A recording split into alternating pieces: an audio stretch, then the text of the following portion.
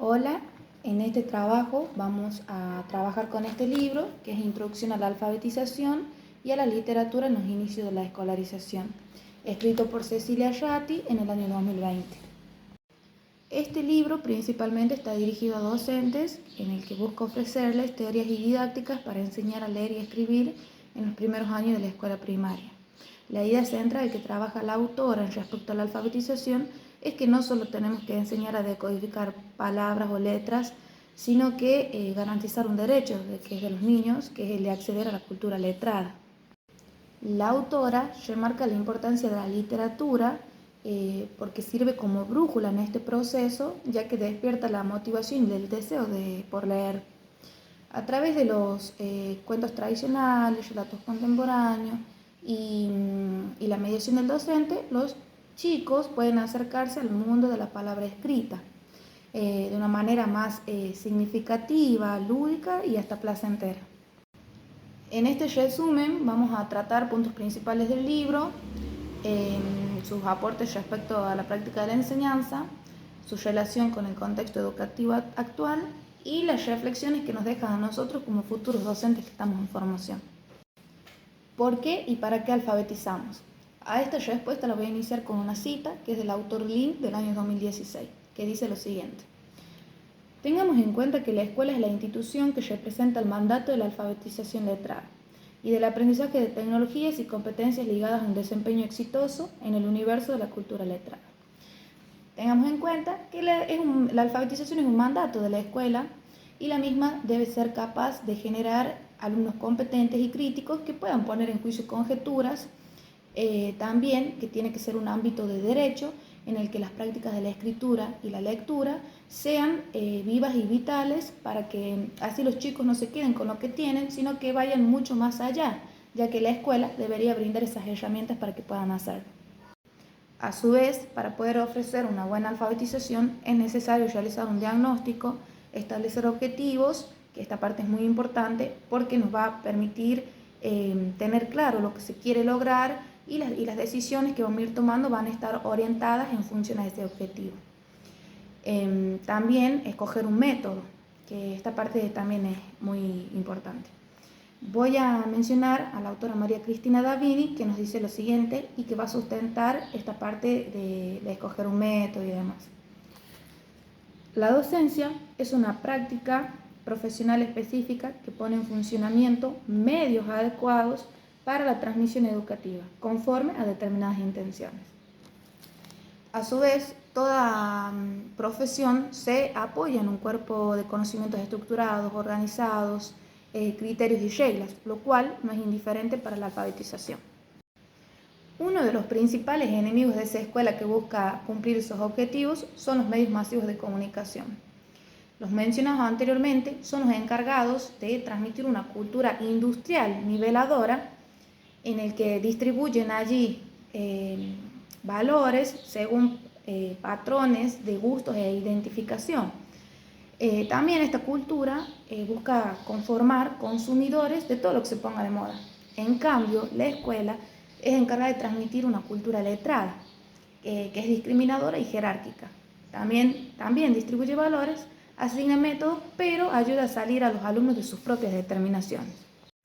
Si el desarrollo crítico del alumno se da, muy difícilmente va a ser influenciado por esta cultura industrial niveladora, ya que va a tener ampliado su horizonte. Es aquí donde la literatura juega un papel muy importante, ya que la misma posibilita constituirse en público que elige porque conoce. También el papel docente es fundamental porque los chicos para ellos no es fácil y se desmotivan muy rápido. El docente aquí es donde toma decisiones que van a influenciar o a impactar directamente en esa apropiación y desarrollo de los mismos.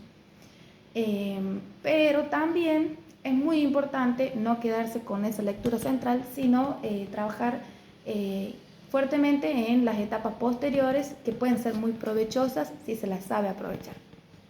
Primero, literatura o alfabetización. Y la verdad es que la literatura guía al docente y despierta la motivación interna en los niños que están en el camino de la alfabetización inicial. ¿Por qué? Porque nos brinda experiencias placenteras y esto va a lograr que los niños después lean por placer. pero para ello es importante que el docente tenga una planificación y preparación previa, que es como nos decía usted, profe Noé, es importante sembrar la semillita en cada alumno para que vaya germinando y se vaya constituyendo ese lector. Según Colomer, 2009, es el adulto mayor quien escribe las reflexiones o conclusiones que se llegan con el grupo. Este primer paso es muy importante, ya que si bien algunos alumnos ya han experimentado eso, para otros podría ser la primera vez. Y esto indirectamente habla de una marginalidad, que en algunos casos hay alumnos que en su casa cuentan con el andamiaje, pero hay otros que no. Y es por eso que el docente debe brindar ese espacio de oportunidad. Pero a todo esto, ¿qué es la literatura? La literatura es un texto que busca el placer estético, cuenta con la función poética y con ficción, que se basa más también en cómo se dice que en qué se dice. Según el autor Link, la literatura reproduce artificialmente procesos perceptivos de la sociedad globalmente considerada. Esto quiere decir que toma aspectos relevantes de una determinada sociedad y los manifiesta a través de texto. Es por eso que decimos que la literatura, se considera la literatura lo que la sanción social establece. Entonces, ¿por qué literatura en la educación de los niños? Según Teresa Colomer, porque alcanza el poder de la palabra y la representación cultural. También prepara a las personas para disfrutar y afrontar esa realidad. Brinda a su vez la capacidad de saber escoger cuándo utilizar un determinado lenguaje. También favorece a la memoria, anticipación, concentración de la construcción de esa realidad a través del lenguaje, entre otras muchas cosas más. Y según Teresa Colomer, la literatura nace junto con los seres humanos, porque entrena la manera de percibir el mundo, la manera de pensar, disfrutar y hace posible la posesión de la palabra. ¿Por qué específicamente cuentos folclóricos y de hadas? Y la verdad es que esta literatura trabaja aspectos internos de los seres humanos, brinda soluciones concretas para sus dificultades y son válidas para cualquier tipo de sociedad. También porque ayuda a favorecer el desarrollo y fortalecimiento de recursos internos de los niños, tales como competencias que le van a permitir manejarse en la sociedad en la que vive. Y a todo esto, ¿cómo seleccionar cuentos contemporáneos para primeros lectores? Y es que tenemos que tener en cuenta 5 características muy importantes. La primera es que tiene que ser en condiciones de simple enunciación, que tienen que seguir una progresión lineal y no con avances y retrocesos. La segunda es que las secuencias tienen que estar bien organizadas.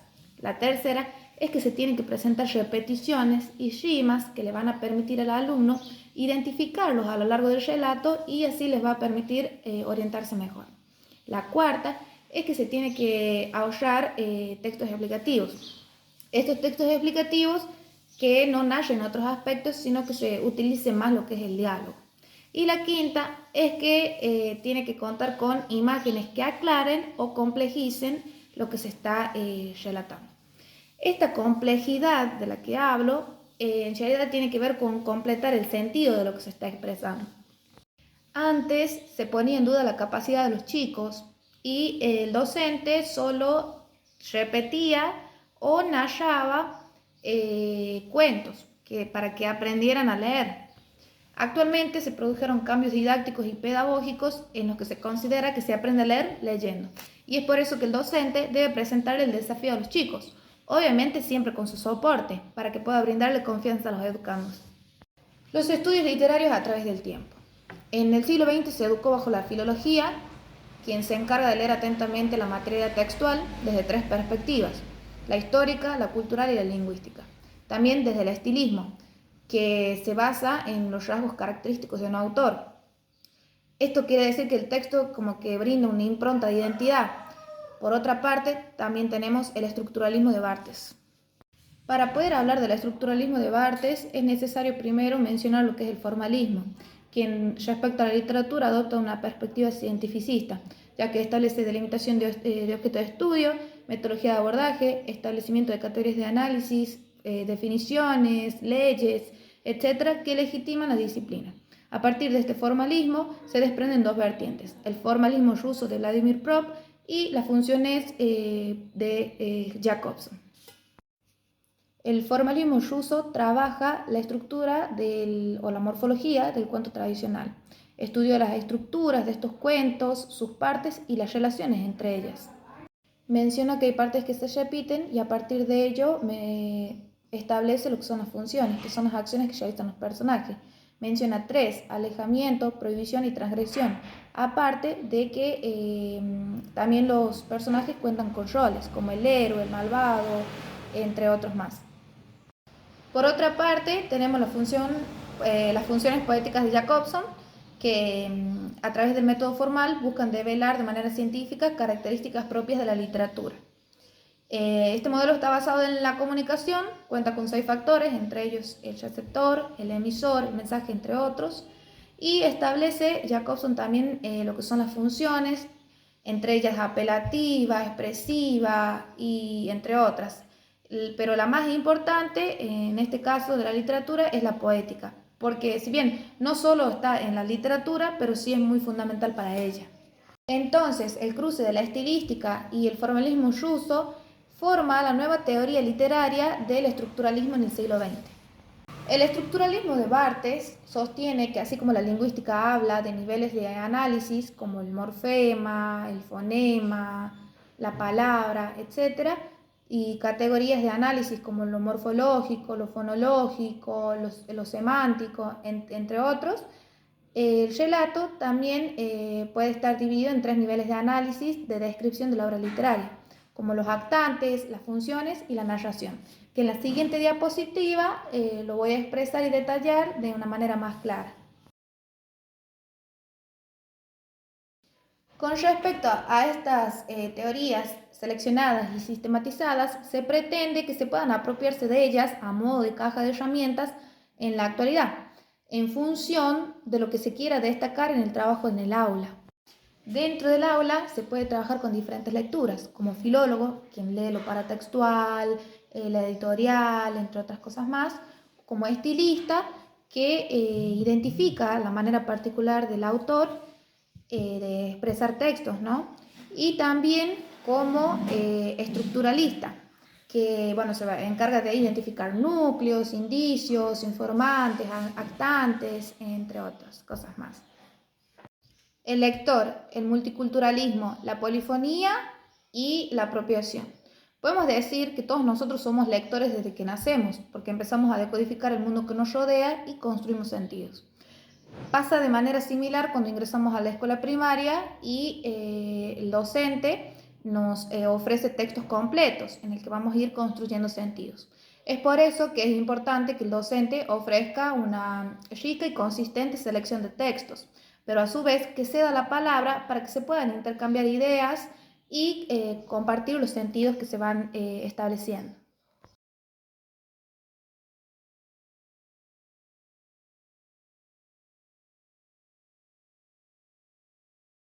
La escuela y el aula son espacios multiculturales y sería enriquecedor partir de esa multiculturalidad a través de la lectura.